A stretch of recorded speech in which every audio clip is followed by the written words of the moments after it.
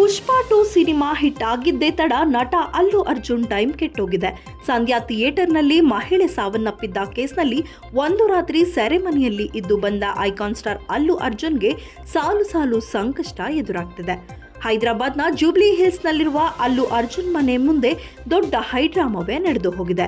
ಮನೆ ಎದುರು ಜಮಾಯಿಸಿದ್ದ ಪ್ರತಿಭಟನಾಕಾರರು ನಿವಾಸದ ಮೇಲೆ ಟೊಮೆಟೊ ಹಾಗೂ ಕಲ್ಲುಗಳನ್ನು ಎಸೆದು ಪುಂಡಾಟವನ್ನ ನಡೆಸಿದ್ದಾರೆ ಮತ್ತು ಮನೆಯ ಭದ್ರತಾ ಸಿಬ್ಬಂದಿಯೊಂದಿಗೆ ಘರ್ಷಣೆಗೆ ಇಳಿದಿದ್ದಾರೆ.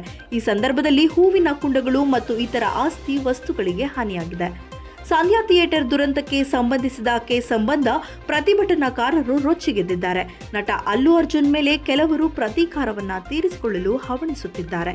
ಪರಿಸ್ಥಿತಿಯನ್ನ ನಿಯಂತ್ರಣಕ್ಕೆ ತರುವ ಸಂದರ್ಭದಲ್ಲಿ 6 ವ್ಯಕ್ತಿಗಳನ್ನು ಬಂಧಿಸಲಾಗಿದ್ದು, ಇವರು OUJAC ಸಂಘಟನೆಯವರು ಎಂದು ಹೈದರಾಬಾದ್ನ ಡಿಸಿಪಿ ಮೂಲಗಳು ಸ್ಪಷ್ಟಪಡಿಸಿವೆ. ಇನ್ನು ಭದ್ರತೆ ದೃಷ್ಟಿಯಿಂದ ಅಲ್ಲು ಅರ್ಜುನ್ ಹಾಗೂ ಕುಟುಂಬ ಸದಸ್ಯರು ಕೆಲ ದಿನಗಳ ಕಾಲ ಖಾಸಗಿ ಸ್ಥಳದಲ್ಲಿ ವಾಸ್ತವ್ಯವನ್ನ ಹೂಡಲು ನಿರ್ಧರಿಸಿದ್ದಾರೆ ಎನ್ನಲಾಗಿದೆ.